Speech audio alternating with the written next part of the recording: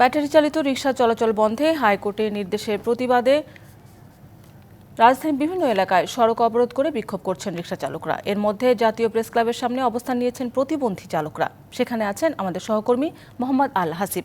বিস্তারিত জানতে সরাসরি যুক্ত হচ্ছে সেখানে। হাসিব, কি বলছেন রিকশা চালকরা, কতক্ষণ সড়কে থাকবেন তারা? ধন্যবাদ শান্তা। আমি এই মুহূর্তে কিন্তু অবস্থান করছি যে অটোরিকশা চালক রয়েছে যারা রাজধানীতে অটোরিকশা ব্যাটারি চালিত রিকশাগুলো যারা আসলে চালিয়ে তাদের জীবিকা নির্বাহ করতেন, তাদের একটি দল কিন্তু আসলে তারা এই প্রেস ক্লাবের সামনে শান্তিপূর্ণভাবে মানববন্ধন করছে।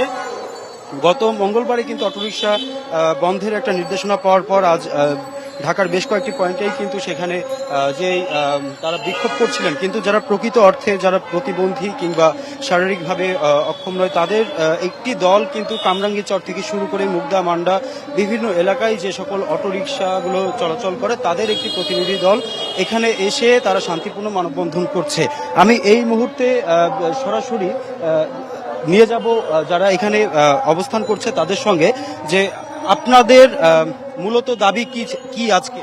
আমাদের মূলত দাবি, হাইকোর্টের থেকে নাকি বলছে অটো অবৈধ, বাট আমরা ওনাদের ডাকে সাড়া দিছি। হ্যাঁ, অবৈধ, আমরা অবৈধ জান চাচ্ছি না, এটা আমাদের জন্য রিস্কি। আমার থাকার স্থান দেওক গভর্নমেন্ট, আমার কর্মস্থান দেওক, আমার বাসস্থান দেওক। আমার মূলত গভর্নমেন্টের কাছে দাবি এটা, আজকে 850 টাকা ভাতা দিচ্ছে, আমার দৈনিক 550 টাকা ওষুধ লাগে, আমার 4টা মেয়ে মাদ্রাসায় পড়ালেখা করে। এখন আমি যদি কারো কাছে যাই ভিক্ষা করি, আমার মেয়েরে যদি প্রশ্ন করে যে তোমার বাবা কি করে, আমার মেয়ে কি উচ্চ সুরে বলতে পারবে যে আমার বাবা ভিক্ষা করে? এখন বলতে পারবে যে আমার বাবা প্রতিবন্ধী হয়েও কর্ম করে। মাঠের অলরাউন্ডার আমি, আর ঘরের allrounder Tylox. Tylox toilet cleaner, clean মানেই টাইলক্স। আমি 850 টাকা দিয়ে 550 টাকা দিয়ে আমার ওষুধ বহন করি, মাসে দেয় 850 টাকা, দৈনিক 550 টাকার ওষুধ লাগে, 300 টাকা দিয়ে একটা। আজকের দাবি আমাদেরকে নির্ধারিত একটা রোড দেওয়া হোক, আমরা যেন প্রতিবন্ধীরা চলতে পারি, আমাদের মানবিক দৃষ্টিতে দেখা হোক, আমাদের কর্মস্থান দেওক, আমাদের বাসস্থান দেওক। যে আমাদেরকে ধরে বলে তোমরা এদিকে প্রবেশ করছো কেন? আমি যে একজন প্রতিবন্ধী, যেদিকটা পায়ে রিক্সা চলে সেদিক থেকে আমার চলার অধিকার নাই?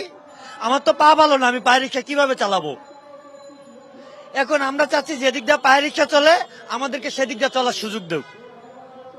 আসলে এখানে যারা অবস্থান করছে তারা কিন্তু প্রতিবন্ধী বা শারীরিকভাবে বিশেষ সক্ষম নয়। তো তাদের যে অংশটি এখানে এসে শান্তিপূর্ণভাবে মানববন্ধন করছে, তারা জানাচ্ছে এরকমটি যে আসলে তাদের একটি কর্মসংস্থান কিংবা তাদের কোন রুটে চলাচল করবে সেই জায়গাটি যদি নির্ধারিত করে দেওয়া হয়, তাহলে তারা শান্তিপূর্ণভাবে এই যে মানববন্ধনটি করছে তাদের এটি সফলতা পাবে। এবং তারা এখানে যারা অবস্থান করছে, আমরা আগেই কথা বলেছিলাম, যারা এখানে বেশ 150 মতো কিন্তু আসলে অটোরিকশা চালকেরা এসেছেন, তারা বলছেন যে আগামীতে এই মুহূর্তে তারা এখানে এসে বসেছেন, মানববন্ধন করছেন এবং প্রায় আধা ঘন্টা 40 মিনিট পর্যন্ত কিন্তু এখনো থাকবেন এখানে। এই বিষয়টি কিন্তু সর্বশেষ তারা জানিয়েছে।